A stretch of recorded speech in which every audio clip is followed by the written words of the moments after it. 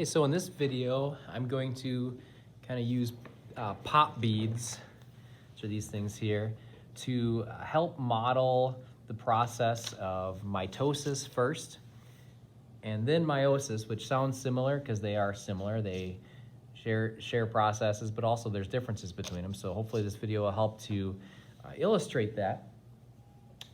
Each pop bead, I'm going to pretend what it represents would be like a gene. And remember, recall, a gene is a section of DNA on a chromosome that codes for a trait or protein. All right, so here I have one chromosome, and we're just going to call it chromosome number 1. Okay, and here's another chromosome number 1.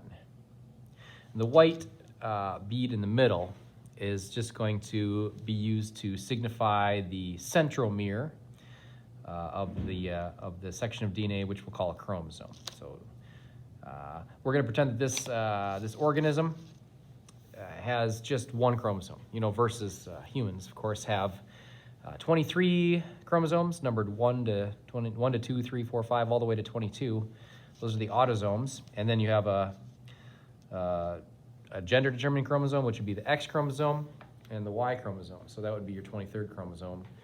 So you have, one set of chromosomes, 1 through 23, or 22, plus the X or Y, plus from each biological parent. So we have 23 plus 23 is 46. Here, we just have 1 plus 1 is 2. So 2 total chromosome 1s here. And so what we're going to do is going to talk about mitosis first. But before we do that, we have to just talk about interphase.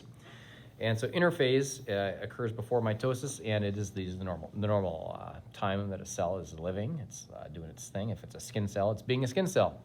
And it's doing all the things the skin cell needs to do. And in the G1 phase of interphase, is the early phase, it would be, the DNA wouldn't be in chromosomes like you see here, but this is representing the amount of DNA that the cell would be one copy of each set of genetic or heredity material from each parent. So I would call this the 2N, meaning N would be the number of pairs of chromosomes, and we have 1, 2, so 2N.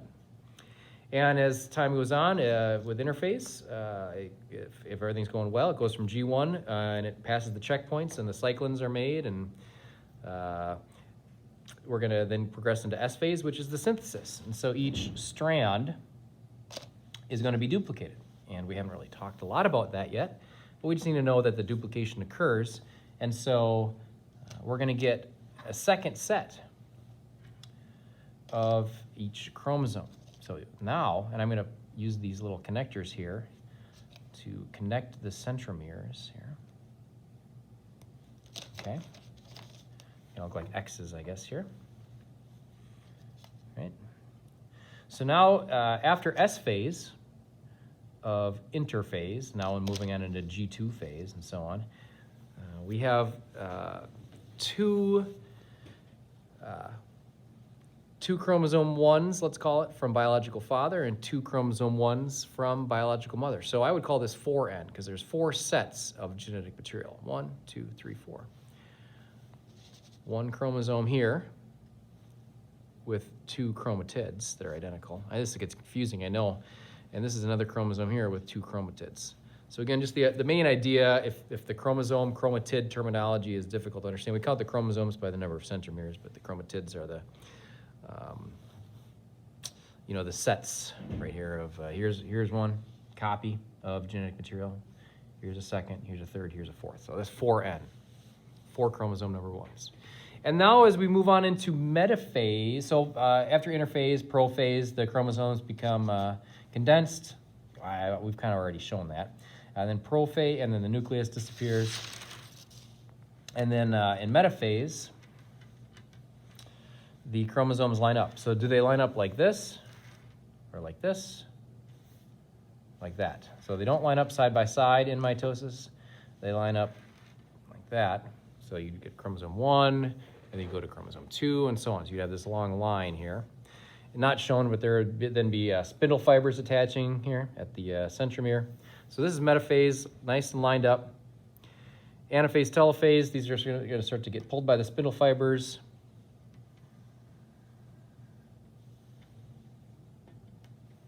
two opposite ends. Is that visible in the video here? Kind of. All right, that's better. Okay, and then the eventual product here is we're going to form two new cells, each 2N, that are identical to the original. The original was like that, all right? And now we have two of them. So mitosis results in one skin cell breaking into two skin cells. And then the important thing would be that the DNA was replicated beforehand in S phase of interphase. So that's mitosis. Skin cell to make a skin cell. Why? Because maybe there's damaged tissue needs to be replaced, or because individual needs to grow, a child needs to grow and get more cells. That's how they become larger, not because the cells become larger, but because there are more cells. So mitosis makes a identical cell. Okay, got that. I will, looks like 6 minutes here. I'm just going to keep the video rolling. We'll probably another 6 minutes. We'll move on to the next, which is meiosis. So meiosis is where we take a normal cell at 2N. It does go through interphase, G1, S, and G2, and it's going to end up with, again, at the end of the interphase, before it does its divisions, it's gonna start the same. So we're gonna kind of start the same, where we're gonna have a 4N situation where we have some duplicated DNA, right? But now here, the thing is, meiosis, when we're gonna make 4 cells. We're gonna go from 1 to 2, and then 2 to 4, and not only that, but they're gonna be genetically unique. Okay, so they're gonna be, each of the 4 will be different from each other. So we're gonna make, instead of 2 cells, we're gonna make 4, and they're all gonna be unique. So we're gonna take this genetic material, and we're gonna show how that works. We're gonna go through 2 divisions. So meiosis 1 and meiosis 2. So after prophase, the chromosomes become visible, the nucleus disappears, right? And so how are these chromosomes gonna line up in metaphase 1? All right, well, they're gonna line up not like this. This is how they lined up in mitosis. Or they're gonna line up side by side, okay? And then crossing over is gonna occur. Crossing over is a super important concept. And it is what it sounds like. The chromosomes cross over each other, break in a very organized fashion, and the genes move from one chromosome to the other. So now some of the genetic material here is switched with here. Now this could be like a gene for eye color and a gene for eye color, but the alleles, the versions of the genes switched, right? So and then maybe we get some crossing over here in this one, and maybe we'll break here. Okay, and that would go there, that would go there, and so on. And so what we're going to end up with is 4 chromosomes all different from each other, where this one maybe has mostly biological fathers DNA. It's also got some of biological mothers, and this would maybe mostly biological mothers, but also some of biological fathers, and so on. So, and there's some that are kind of opposites of here. These two are kind of mirror images of each other, opposites of each other, and these two seem like they're kind of opposites of each other. But so we get this crossing over. It's way more complex than we're showing here with the little pop beads. But it ends up making some new combinations. All right, metaphase 1, the chromosomes themselves, the centromeres stay attached, and the X's, the chromosomes themselves, get pulled apart into 2 different cells, and now we have made 2 cells from 4 cell, or 2 cells from 1 cell, and at the end of meiosis 1, but we need to keep going. All right, so each one of these now is going to go through another splitting process where the chromosomes are going to line up. You know, it's hard to show that because we just have 1 chromosome here. You get chromosome 1, 2, 3, and so on. And then they'd go through metaphase, and then they get pulled apart in anaphase, telophase, right? Same thing here. Okay, get pulled apart. And then what we would end up with, and I don't know if I can show this very well in the video here, but we would end up with 1, 2, 3, 4 cells that are all 1N, or you just say N.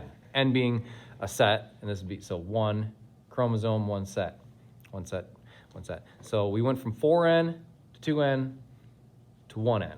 And we have 4 cells. We started with 1, we got to 2, then we went from 2 to 4. And notice that they're all unique. Even though these all have chromosome 1, each one has kind of a combination of a genetic material from biological mom, biological dad that combined in a way that they never combine in a skin cell or an eye cell. They always stay separate from each other.